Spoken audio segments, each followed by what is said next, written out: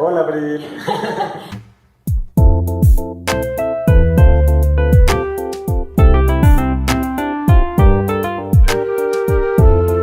Bienvenidos una vez más al videoblog de Ensayos de Abril. Estoy muy feliz porque es un nuevo video para celebrar el 5º aniversario de este videoblog, abordando un tema muy importante para mí y en compañía de uno de los mejores. Les presento a Carlos Sánchez Anaya, que él es editor de algunos maravillosos libros de literatura infantil y juvenil. Y bueno, ¿cómo estás, Carlos? Muy bien, muchas gracias por invitarme, Abril. Gracias por aceptar platicar con todos nosotros sobre esto de la edición de libros dirigidos a un público infantil y juvenil, pero bueno, me interesa mucho que desmitifiques para mí y para todo el público lo que implica eso, ¿no? Podríamos partir de qué es la literatura infantil y juvenil, ¿no? Lo primero es que es literatura. Lo único que varía es que está dirigida a un público específico, ¿no? Y un público que aparte varía mucho de una edad a otra. Yo comencé editando literatura tradicional para adultos, que llaman. Bueno, tú haces un libro y no te preocupas mucho por el lector hipotético al que va dirigido, en el sentido como de estas variaciones que tienes dependiendo de la edad. Más bien, me gusta más catalogarlo por etapas lector. Pero cuando tú editas para ese público, cuando publicas, cuando en general produces cualquier producto cultural dirigido a la infancia o a la juventud, lo que tú tienes es que un niño o una niña de 3 años, en 3 años ya cambió brutalmente. En 6 años ya tiene 9. O sea, un niño de 3 que en 10 años ya tiene 3 y ya es un adolescente. Entonces tienes como un rango de variación enorme. Entonces tienes que pensar mucho en esa persona, ese lector al que va dirigido, un lector hipotético al que va dirigido. Ese yo creo que es como la primera cosa que tienes que pensar. En términos, digamos, estéticos, en términos de creación de arte, pues es hacer literatura, en eso no se distingue. Se tiene esta idea de que la literatura infantil y juvenil es un género menor. No es un género. O sea, la literatura infantil y juvenil, dentro de la literatura, lo que se cataloga, lo que abarca ese espacio llamado literatura infantil y juvenil, tienes también poesía, tienes ensayo, tienes narrativa, ¿no? O sea, tienes los géneros clásicos y te vas, los tienes ahí. Entonces, más bien tiene que ver con la comunicación, con la forma en la que construyes el objeto cultural que es el libro, este producto editorial que es el libro. Cómo lo construyes pensándolo incluso como un texto al objeto mismo, como un mensaje global, digamos, ¿no? Como completo. Ahí es importante también mencionar que cuando tú creas un libro trabajando, que es un trabajo colectivo además, la creación de un libro no es un trabajo individual, ¿no? Como decía Ulises Carrión, los escritores no escriben libros, los escritores escriben textos escritos que entran en libros. Los ilustradores crean textos visuales, discursos visuales que están contenidos en un libro. El libro es una creación colectiva de un escritor, un ilustrador, un diseñador editorial, un editor, y intervienen en esa cadena de producción incluso quien hace la producción industrial de un libro, quien imprime un libro. El elegir entre hacer una impresión artesanal, ¿no? Una impresión con métodos de reproducción de, por ejemplo, no sé, si tú hicieras en risográfica un libro, en lugar de hacerlo en offset, o sea, cómo encuadernas, todo eso crea el libro como objeto. Entonces intervienen un montón de gente. Una cosa es como crear el objeto y la otra es ese paso a hacerlo llegar a las manos de quien lo va a leer, que es cuando se completa, si tú lo ves como un ciclo de comunicación. Ahí cuando el lector lo recibe, cuando el lector participa como decodificándolo, es cuando se cierra ese ciclo y se crea como la magia que creo que pasa con cualquier pieza de arte. Volviendo a tu pregunta, la literatura infantil y juvenil es literatura, punto, ¿no? Y algo que platicábamos hace rato es cuando trabajamos con libros de este tipo, cuando trabajamos con productos culturales en general dirigidos a niños, tienes que comenzar a pensar la literatura de otra forma. Porque, por ejemplo, cuando edito un libro álbum que no tiene palabras, pero sí hay narración, tienes que ampliar como la definición de la literatura. Se tiene esta idea, bueno, a mí en la escuela te enseñan que la literatura es el arte de la palabra, el arte de la lengua, es arte que tiene como herramienta de creación, no el lenguaje, porque el lenguaje, bueno, entendido, sino más bien la lengua. Lo que sucede es, como te lo definen, es casi, incluso se tiende como muy a encauzar hacia el libro impreso también.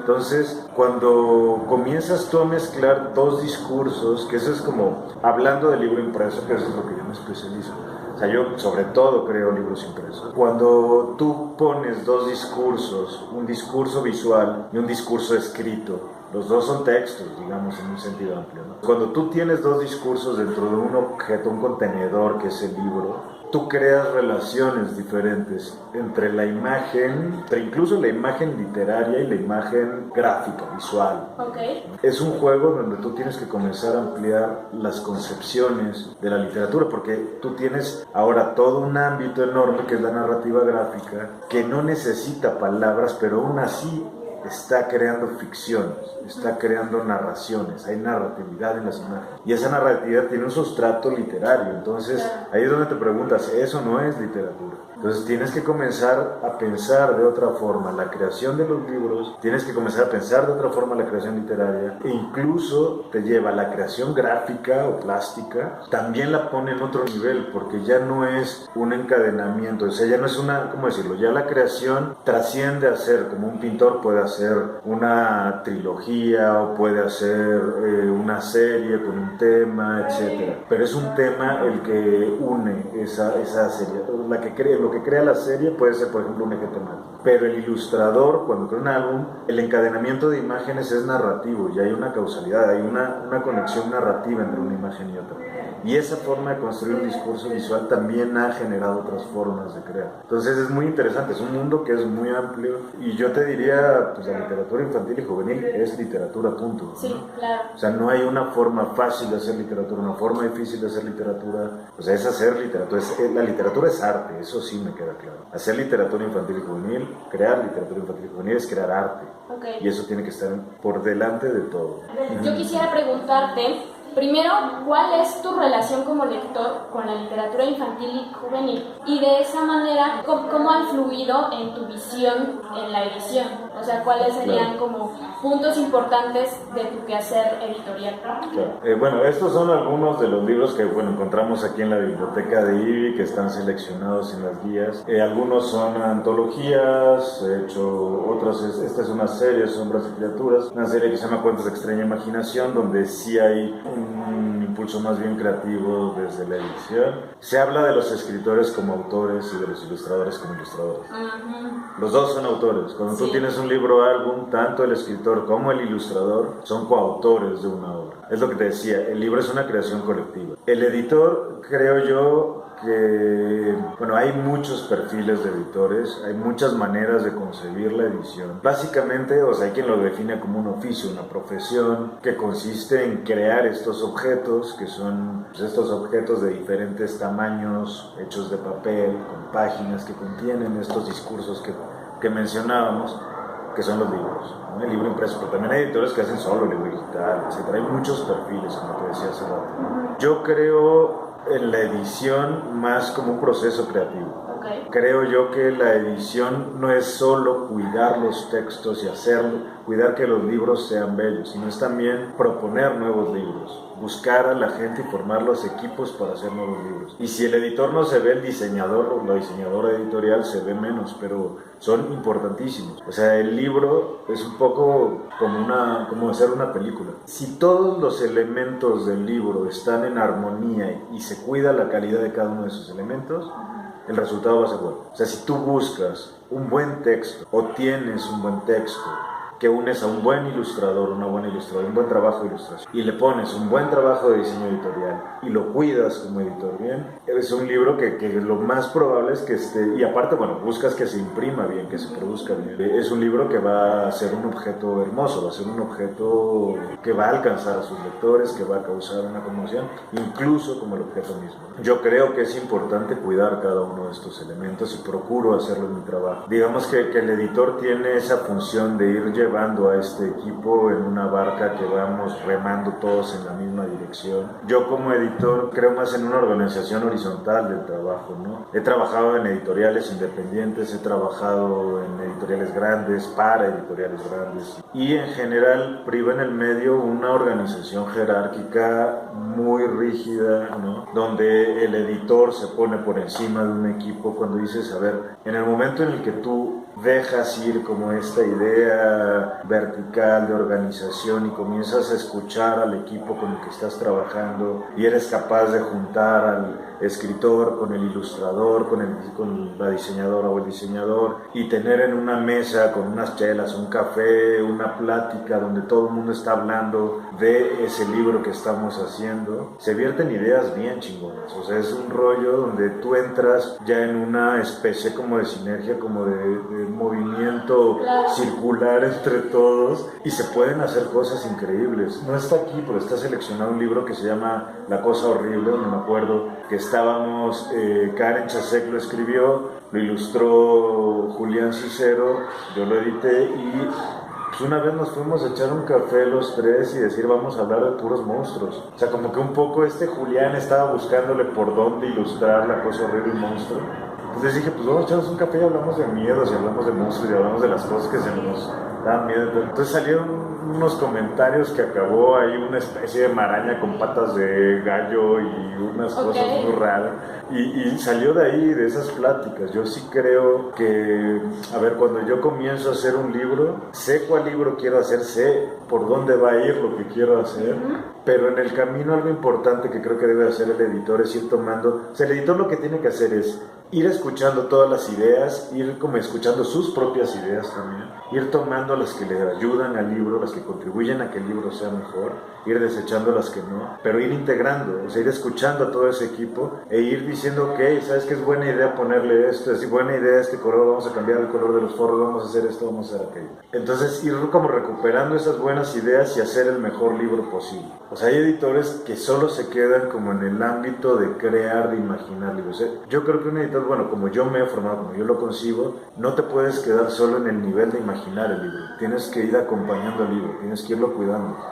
Yo hago la corrección de estilo de mis libros, hago corrección de pruebas de mis libros. Siempre es sano que alguien más lo lea, ¿no? Para tener como una visión más fresca. Siempre procuro estar siguiendo al libro hasta que sale. O sea, creo que sí hay incluso una responsabilidad ética del editor de cuidar lo que publicas. O sea, tú imagínate que uno de estos libros, o sea, hay libros que han vendido, no sé, 7, 8 mil ejemplares. O sea, no solo llegan a 7, 8 mil lectores. Si ese lector ya lo prestó, si está en una biblioteca y 10 o 15 lectores lo consultaron, si llegó a bibliotecas de aula y está en una biblioteca de aula, ¿cuántos niños no ven ese libro? Si es recomendado, pues, claro, si tú lo recomiendas. Entonces, o sea, sí hay también como una responsabilidad ética y una dimensión, eso, ética del editor de decir qué voy a darle a los niños, ¿no? Que voy a darle, bueno, no a los niños, al lector, a quien lea ese libro, ¿no? Yo no creo que haya edades para leer un libro u otro. Me preguntabas por mi acercamiento a la literatura. Yo fui un lector que tuve la fortuna desde muy chico de tener padres preocupados por, bueno, papá, mamá, preocupados por acercarme libros adecuados para mi edad cuando eran realmente escasos. O sea, yo nací en el 80, ¿no? Estoy así como en ese límite entre no soy X, no soy millennial, te dan ahorita la obsesión esta con las etiquetas de las generaciones y tal, no sé, o sea, es una especie, creo que ya inventaron este rollo de los senial, entonces ya es como una mezcla entre generación X, millennial, pero estás en medio, no sé, o sea, es como... Pero bueno, yo crecí en los 80s como niño, ¿no? Entonces era una época donde había realmente pocos libros en México, pocas librerías especializadas, muy pocas editoriales que publicaran específicamente para esas edades, y había aún menos en Córdoba, Veracruz, una ciudad chiquita,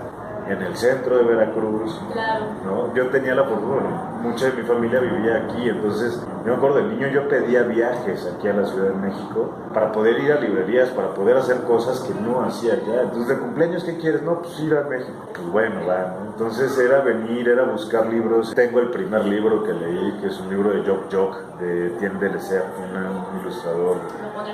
Sí. No sé si lo tengan aquí en la biblioteca, está de padre. Te digo, comencé a leer muy chico, entonces mi relación con los libros siempre fue, por un lado, como muy gozosa, fueron como acompañándome siempre. Te digo, o sea, ahora yo no creo que ese contacto con los libros haya una edad, siempre, o sea, nunca es tarde para acercarte a un libro. Pues. Cuando yo llegué, yo estudié primero física, 2 años. Wow. O sea, recuerda, me vine a la universidad acá, entré 2 años a física, amo la ciencia, pero me di cuenta de que lo que estaba buscando era como el lado estético de la ciencia, era como, estaba tratando de encontrar la belleza en el mundo a través de la ciencia, y es increíble porque puedes hacerlo, ¿no? Pero pues ya una maestra me acabó diciendo, a ver, hermano, tú estás como en todo lo que hay de humanidades en la facultad, lo estás tomando, o sea, ya como que, ¿qué onda? Date cuenta, amigo. Claro, entré a física queriendo hacer divulgación de la ciencia a través de narrativa, entonces esa era como mi idea, ¿no? Entonces me acabé diciendo, no, es que ver, lo mío son los libros, son las letras, es la literatura, es lo que me gusta. Entonces ya me cambié a letras y fui el más feliz del universo. ¡Yay! Pues ya nos contaste un poco de tu camino como lector, de tu camino como editor. Ahora quisiera que nos compartieras algunos datos curiosos sobre la edición de algunos de estos libros. ¿Por qué quieres que comencemos? Estrellas Eléctricas es uno de mis favoritos porque con ese libro te conocí. Okay. Este es un libro, es una antología, en realidad yo aquí fungí como antologador. Es una antología que por invitación de Rodolfo Fonseca hice para Castillo. Poco, bueno, andábamos ahí como rebotando algunas ideas. Dije, ¿sabes qué? Yo quiero hacer una antología sobre poesía vanguardista. Yo lo había pensado originalmente para chavitas como de sexto de primaria, más o menos. Y cuando lo vi dije, no, ¿sabes qué? Va mejor como para secundaria. Sí fue Mariana Mendía la que decidió que mejor estaba para un poquito más grande. Es una antología donde reuní a varios de mis poetas favoritos. Como lector, mi inicio profesional como lector en la Facultad de Filosofía y Letras, fui un lector sobre todo de poesía. Hice mi carrera principalmente leyendo poesía. Entonces fui encontrando varios autores. En este libro encontré nuevos autores, comencé a leer. El valor precisamente de una antología es que te va guiando hacia descubrimiento. La literatura es un mar, un océano enorme. Tú tienes en ese océano un archipiélago que son los autores. La obra de los autores puedes verla como un archipiélago, ¿no? Y una antología lo que es un crucero a las mejores playas de cada una de esas islas. Qué bonita analogía. ¿No? La antología es un crucero que te va llevando a las mejores playas de la obra de cada uno de esos autores. Entonces, cuando tú entras por esa playa, lo que está haciendo es abrirte la mejor puerta, la mejor carta de presentación quizá que puedas tener, ¿no? Para, desde el punto de vista de quien antologa, porque tampoco hay una antología nunca es en ese sentido objetiva, al contrario, es profundamente subjetiva. Tiene que ver con la manera en la que tú lo concibes. Y yo creo que las antologías tienen que tener igual ese sesgo creativo, siempre es importante. Claro, tú puedes agarrar la obra de un autor y decir voy a antologar todo lo que escribió de 1980 al 2000, o te voy a antologar los mejores poemas de amor de tal. Son como formas muy tradicionales, si quieres, de hacer las antologías. Entonces yo cuando antologo un libro procuro buscar formas distintas de presentarlo. Si tú viste este libro, o sea, es un libro de poesía, ha recibido comentarios así de, nada, ya nunca leía poesía, ese es otro mito, ¿no? O sea, la poesía no vende, ¿no? O nadie lee poesía. A ver, la poesía sí requiere ciertas herramientas de descodificación, ¿no? Ciertas herramientas de lectura para entenderla en la profundidad que la va a entender un crítico literario o un literato tal.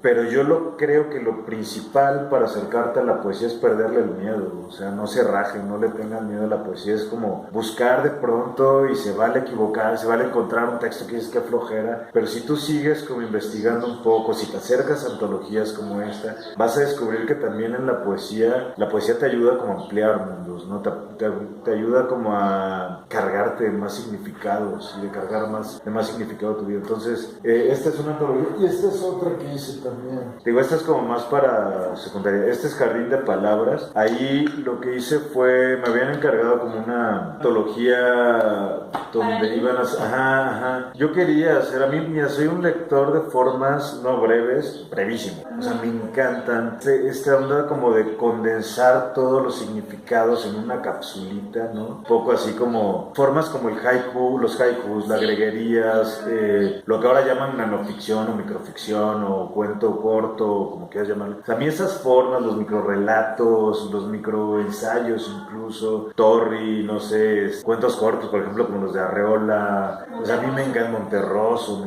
me encanta estos ensayos muy breves que hacía Bergoitia, ¿no? Instrucciones para vivir en México, no sé, viajes por la América Ignota, ¿sí, no? Esas como formas literarias muy breves me encantan. Entonces en este libro lo que hice es una antología que alterna entre haikus y greguerías de Gómez de la Serna, haikus desde autores clásicos japoneses hasta autores contemporáneos, o sea, hay haikus de Benedetti, de Tablada. Traté de darles también un encadenamiento como más o menos lógico, entonces a final de cuentas lo que quedó fue este paseo por un jardín, ¿no? Como por te lleva del bosque al agua, está organizado con los 4 elementos, agua, tierra, aire, fuego, y las ilustraciones, la ilustradora la escogió Mariana Mendía Castillo, y la verdad es que fue un acierto enorme. Cecilia Afonso Esteves, ella es argentina, ilustró todo con collage, pero son recortitos de papel, figuras geométricas, y claro, o sea, con los haikus y con estas formas tan breves quedó increíble. O sea, a mí me encantó el trabajo de Cecilia, está, la verdad, padrísimo. Y luego están estos otros dos, que es un poco un cambio ahí, ¿no? De Sombras y Criaturas, es una serie, siempre la catalogan como una antología, en realidad estrictamente no es una antología. O sea, una antología que, bueno, el origen griego es reunir un ramillete de flores, lo más hermoso como las mejores flores, los mejores textos de un universo cerrado que creas como un antologador. En este caso, lo que yo hice fue crear el concepto de la serie, decir, quiero hacer libros de literatura fantástica, cuentos fantásticos. O sea, el cuento es un género que me encanta. También las editoriales de pronto le huyen un poco al cuento, pero quería hacer libros de cuentos fantásticos que no fueran esta estela que dejó Harry Potter, que dejó Tolkien, que dejaron, que a final de cuentas lo que hicieron fue, por un lado, si toda la literatura tiene que narrar, y hay gente que cree que tiene que narrar. O sea, a ver, la literatura la narrativa es solo un género literario. Dentro de la literatura está el drama, pues están los textos dramáticos, está la lírica, la poesía, está la didáctica, que es el ensayo. O sea, es mucho más amplio. Esos son los géneros clásicos. Ya luego tienes narrativa gráfica, o sea, el guión cinematográfico ya está como dentro de lo literario, ¿no? Entonces, cuando tienes un fenómeno como este, todo el mundo va a ver, no odio a Harry Potter, todo el mundo va a ver, es que tú eres un anti-Harry Potter. No, lo que sí creo es que existe como un riesgo implícito en un bestseller siempre, ¿no? Volviendo a la metáfora de los cruceros, de los barcos, de las playas y los océanos y tal. O sea, un bestseller es como un transatlántico inmenso que deja una estela tal que marca el océano. Entonces tienes un montón como de remoritas que tratan de treparse en esa estela y de hacer lo mismo y de, ¿sabes? Como montarte en ese bestseller. O sea, hay editores que su finalidad es vender. Mi finalidad como editor es crear libros hermosos, libros que conmuevan, libros que te conecten con el lector, que sean como el puente ideal entre ese texto que yo vi, lograr hacer que el lector sienta lo que yo sentí cuando leí ese texto, que sean como ese vehículo. En ese sentido, prefiero ir como en una lancha rápida y rebasar a ese transatlántico que dejó la estela y decir qué más hay ahí, ¿no? Ir como en un catascopio, si quieres verlo como barcos clásicos. O sea, yo prefiero navegar en un catascopio que es mucho más veloz y decir, ok, vamos a explorar qué hay, ¿no? Entonces, lo que hizo Harry Potter fue dejar como esta estela, bueno, y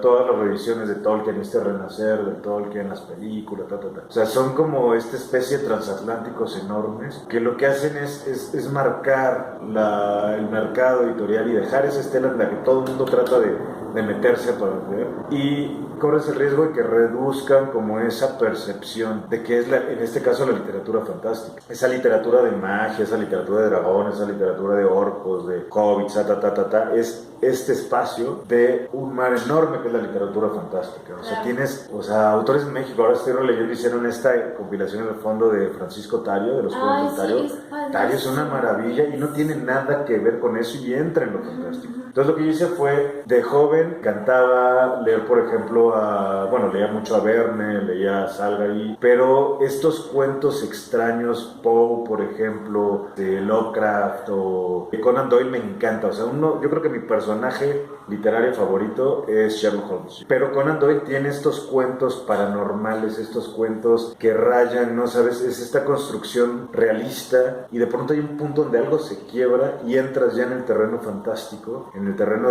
de lo maravilloso, lo que llaman literatura la imaginación ahora, ¿no? Cuando entras tú en ese espacio comienzas a alternar entre eso que es posible y eso que es inconcebible, eso que te mete en esa duda de puede existir o no, o sea, el rollo, no nada más fantasmas, o sea, estás hablando de esos terrenos donde la ciencia no explica, pero trata de dar la explicación, pero puedes explicarlo con elementos de la ciencia, pero no entraría dentro de los científicos. ¿Me explicas? Como esa especie de confusión rara. Entonces, ese tipo de cuentos me encantan. Y lo que hice fue crear esta serie y decir, ok, quiero ese tipo de cuentos escritos por autores contemporáneos mexicanos que tengan su obra muy centrada hacia la literatura juvenil, pero que no necesariamente escriban solo para jóvenes. O sea, lo que hice fue básicamente seleccionar amigos que me encanta cómo escriben y decir vamos a poner las reglas de este juego y decir a ver qué sale. Y la otra cosa que hice fue cada uno de los libros tiene un eje temático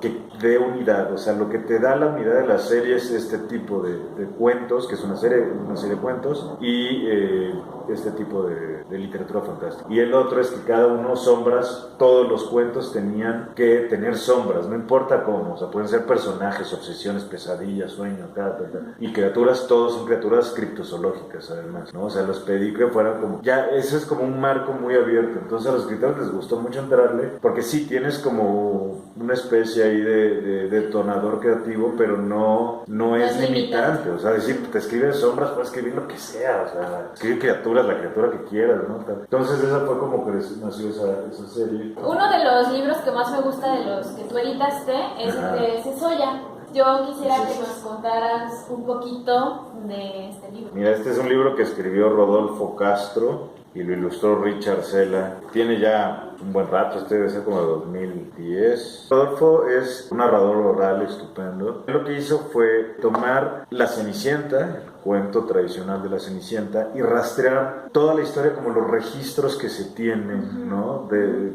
los momentos en los que fue fijado y la forma en la que fue fijado este relato tradicional. Y encontró versiones súper antiguas, China, en Egipto. Entonces lo que él hizo fue como ir rastreando la tradición del cuento y comenzar a tomar los elementos más oscuros de esa tradición para reconstruir él una historia a partir de esos momentos, como de cada una de las versiones, es decir, que era como lo más tétrico, lo más oscuro, lo más perturbador, y armó él esta historia buscando ilustradores. Dimos con Richard, ¿no? Fue un libro, yo creo que es el libro que más tiempo, uno de los que más tiempo me he tardado en hacer, ¿no? Nos tardamos como 1 año y medio, poco entre el trabajo de escritura, del guión. Es un libro que lee muy bien por la ilustración también, está en la lista de honor de IBI. Estuvo en una bienal en Tokio, le han dado como muchos reconocimientos al trabajo de ilustración. La ilustración la hizo Richard con grafito, tinta y aguadas con café soluble. Entonces es un trabajo increíble. El texto a mí me encanta y creo que es un acercamiento diferente Ajá, exacto, ¿no? Y bueno, es una versión bastante perturbadora de La Cenicienta, pero está basada en también la tradición, o sea, eso es lo que es interesante, ¿no? Hay mucha gente que condena a Disney, no, vino a arruinar todos los cuentos. Es una versión más dentro de una tradición, ¿no? O sea, no es que sean malos, no es que sean buenos, no es que las películas de Disney vengan a arruinar un cuento.